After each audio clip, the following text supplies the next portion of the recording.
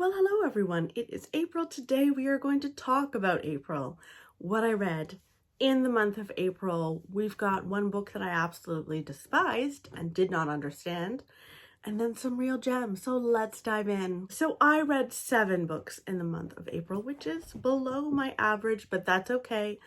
No one is really keeping track except me. No one really cares, so it's fine.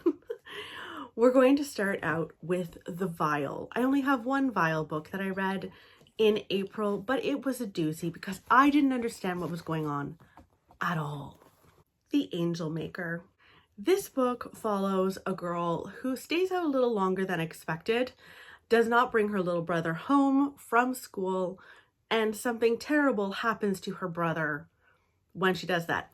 Before then, she was like picture perfect daughter, sister, and the one time she doesn't, everything kind of falls apart. We follow her then, and then also years later when her brother has gone missing.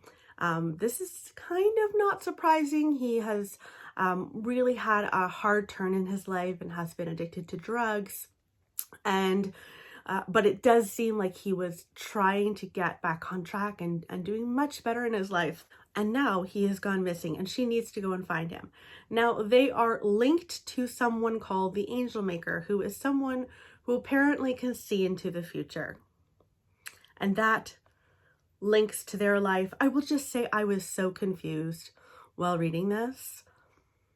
I don't think that this is a book that should be confusing. Yes, there is some supernatural elements that I didn't really expect. I think it's on the actual back of the book, so I really should have been prepared.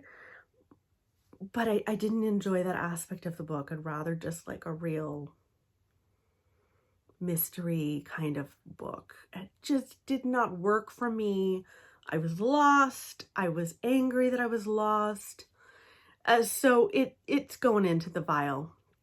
The Tolerable? No, I didn't have any tolerable books. I just had much better books than that. I'm so happy to say. So we are popping right into the Splendid.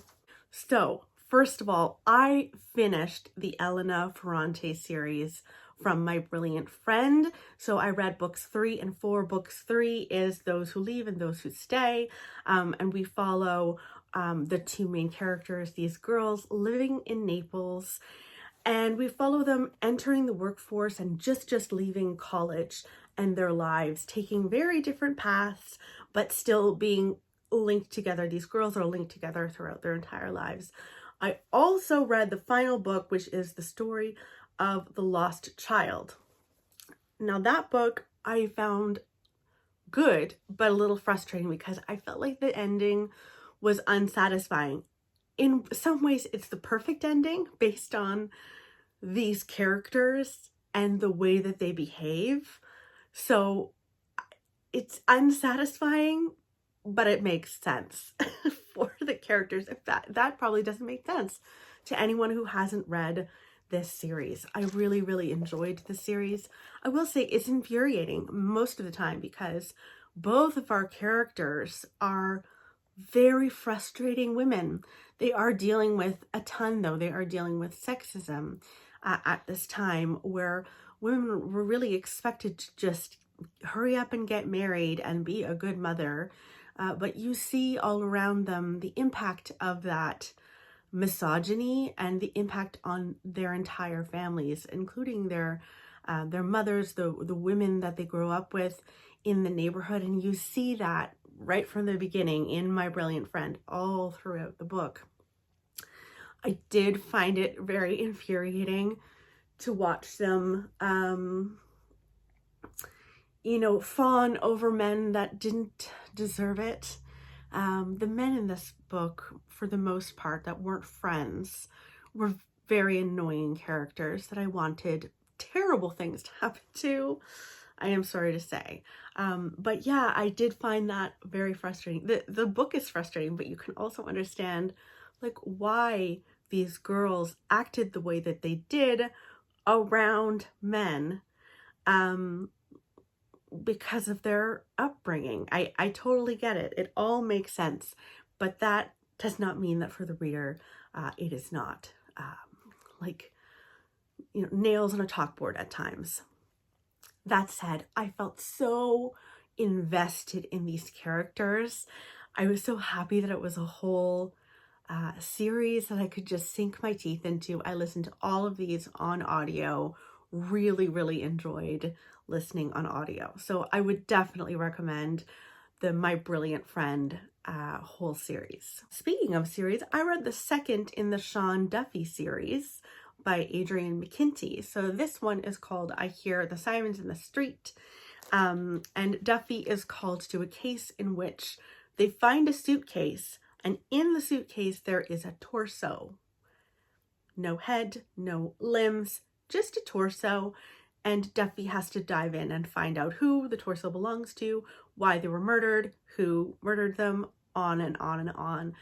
And in this case, I found it really interesting because again and again, the police department keeps telling him, like, you got to drop this case. We're moving on. Like, stop investing your time. But he's like a dog with a bone. And that's one thing that I really love about Sean Duffy. He's very bullheaded in the best of ways. He does stupid things, the way that he treats women as though they are dispensable, disposable. I find that a little bit frustrating, but I like him still. And again, the ambiance, because this takes place, the whole series, I believe, takes place in Ireland in the 80s, and everything that was going on at that time, the Civil War. So fascinating, because you always have that as a backdrop to all of the cases that he's taking on. So that almost becomes a case, or at least a character in and of itself, and I just love that. So I'm going to continue reading the Sean Duffy series for sure. Next is Rob Bell's What We Talk About When We Talk About God. Now, I don't really review a ton of stuff on here surrounding religion or spirituality, and I don't really intend to, but I did read this book. And what I really enjoy about it is that Rob Bell, as a whole, kind of looks at the Bible from a vantage point of historical context and what the Bible would mean to people at that time, what was going on historically at the time. And that is something that I just really appreciate about him. And I feel like much of the time, in my experience, people take the Bible very literally, and that's fine for whoever wants to do that. But for myself, I much prefer to look at it from a different vantage point. So I really admire and really enjoy Rob Bell for sure. So I read that, and I'm moving on to something about the Bible. There's a book that he wrote about the Bible, so I'm continuing along with that. Next up is a book that I read for my work, and this is Prairies by Candace Savage. So if any of you are interested in like natural history or climate change, what have you, this is a really fascinating book. So prairies and this kind of ecosystem is found all over the world. However, in Canada, it's kind of out west in Saskatchewan, Manitoba, that kind of area. And so the prairies are actually incredibly important and one of the most threatened ecosystems on our planet. The prairies in Canada is really not protected. The vast majority is not protected at all by the government. Much of it is owned by private landowners and what have you. So it was interesting to dive into this book and about how important the prairies are, and specifically the grasslands. So the grasslands, if you don't know, are like one of the biggest tools that we have for climate change, because if you don't mess around with the grasslands, if you don't dig it up, if you don't build upon it, when it stores carbon and you are not messing around with it, it will store it for a good long time. And you know, people are coming out with all sorts of plans for storing carbon underground in a technical kind of way, using technology, and that's interesting. However, we have we have the tools. Nature already has the tools to do that if we just don't mess around with it. So I found it really interesting to read about the climate change aspect of it, but also about things like bison and cattle grazing, and raising both bison and cattle in the prairies. It's actually a very, very good thing, and might be one of the secret keys to maintaining this ecosystem and also storing carbon, because they're grazing, and it's actually very good for other creatures like birds and insects and what have you. So if you are interested in the grasslands, I highly recommend Prairies by Candace Savage. I think there are 2 editions of it. I read the most recent edition. She's Canadian, and I highly recommend, and I would like to read more of her books for work if possible. Oh my goodness, we're already at the favorite. Here we go, guys. It is the only book that I actually have in physical form to show you. My favorite book of April was easily All the Broken Places by John Boyne. Wow, this was incredible. This is a sequel to The Boy in the Striped Pajamas. You don't absolutely have to read The Boy in the Striped Pajamas before you read this. However, I think it would mean more to you as a reader if you do read that book first. This follows a character from The Boy in the Striped Pajamas, in which a family in Germany during World War II move to just outside of a concentration camp, which I believe is Auschwitz in that book.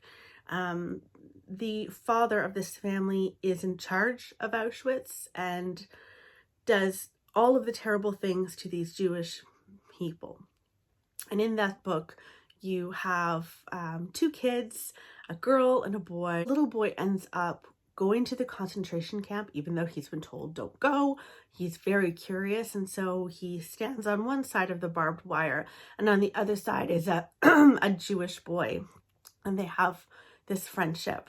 And it is heartbreaking and incredible. And this follows one of the characters from that book moving on with her life years later. So it kind of goes back and forth in time. We follow Gretel just after leaving Germany with her mother, and their experience trying to hide, essentially, hide their identity. The war has been won by the Allies, and they're trying to hide who they are. Gretel is carrying around, harboring a lot of guilt, which is understandable, because at the time that she is living near Auschwitz and her father is doing all of these terrible things, she is like 12 or 13. And there is a certain amount of understanding that goes into that. Being 12 or 13, of course, you can't be, found guilty of anything because you're still a child, but because she is at that age, there is a certain level of responsibility that she feels for her part in everything that happened. So you follow her then, and then you also follow her, I believe in her 90s, living in London in an apartment building that she lived with her husband, and her husband has passed away. A new family moves into the apartment building, and there is a young boy, the same age as her brother was when they had lived in Germany. And she's really struggling with that. However, she also becomes friends with this young boy, and this family is in trouble.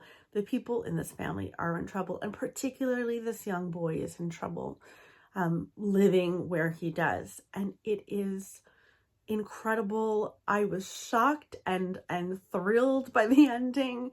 And it's one of those things where in terms of Gretel, she is not all likable, and she is not all evil, and she does things in here that are terrible and shouldn't be done, and she does things in here that are terrible and shouldn't be done, but you're thrilled that she's doing them.